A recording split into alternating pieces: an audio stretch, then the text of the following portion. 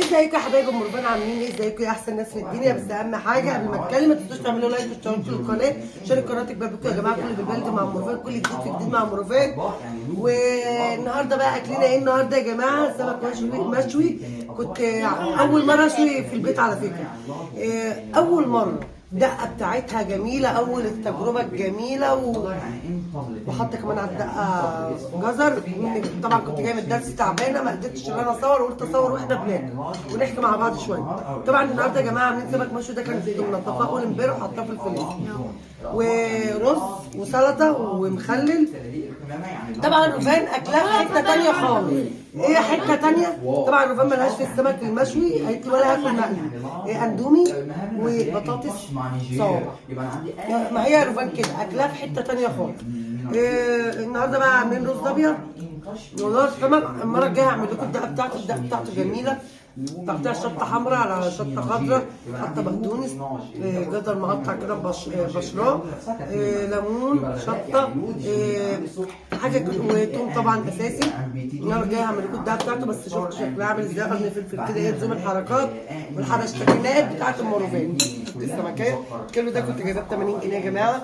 السمك الوحيد اللي بدات تنزل، لكن السمك ما نزلش. ماشي، فده اكلنا النهارده، وده المخلل ابو محمد اللي كان جايبه لنا والسلطه. السمك تحفه يا جماعه، السمك كده حاجه كده فاخر من الاخر. انا ايه ما باكلش زي بقيه الناس في السمك، انا بقعد انقر كده بتاع الرز ايه والله يا رفان السمك جامد. لا ترتيب المنزل يعني شويه سلطه يا جماعه كده، حاجه كده بتكمل الاكل. بس عامل السمك اللي انا ايه مشطشطاه وعاملاه سبايسي قوي عشان احنا بنحبه سبايسي قوي.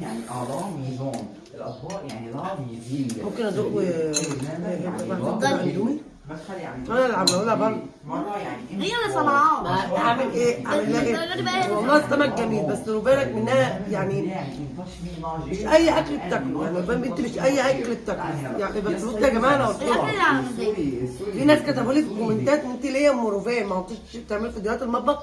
انا واخده هدنه بس لحد بعد العيد، لان انا طول رمضان بعمل وبوريكم، وجاي بعدها العيد. فوالله انا بص يعني ايه، وامتحانات رفان مش فاضيه اشغل الكاميرا بقى، كاميرا الموبايل في المطبخ. ببقى مستعجله عاوزه اخلص عشان امشي، لان ولادي الاثنين كلوا ومشوا، يعني انا ومحمد بس اللي هناكل مبقاش فاضيه.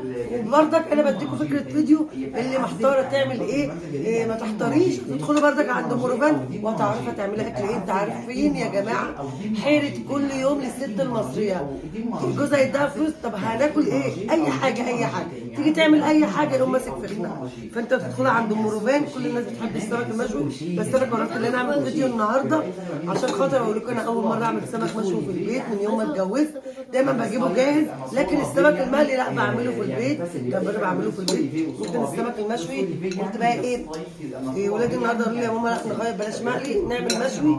كنتش فاضيه بقى ايه طبعا المشوي بشتريه وبوديه للراجل بتاعي، لكن طبعا عندي سمك. هم قالوا لي لا يا ماما احنا زهقنا من الفراخ والنبي اعمل لنا سمك. طب هعمل لكم ايه؟ سمك مشوي يا ماما بلاش ايه مقلوب. واول تجربه في السمك المشوي كانت تجربه جامده اخر حاجه. فده انتوا عارفين ان انا لما باكل ما بحبش بحب اشمر واخمر كده كده كده كده. لكن رفان بيكحه بتاكل عادي قدام الناس، لكن انا كنا ابو محمد هيقعد، فطبعا هو ما بيظهرش معلش. فده اكلنا النهارده يا جماعه، حاجه كده فاخر من الاخر، واول تجربه لام رفان مع السمك المشوي. ولادي قالوا حاجه كده فاخر من الاخر يا جماعه.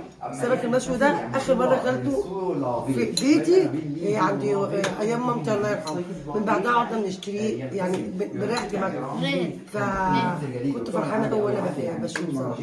فده نهايه الفيديو وبدايته.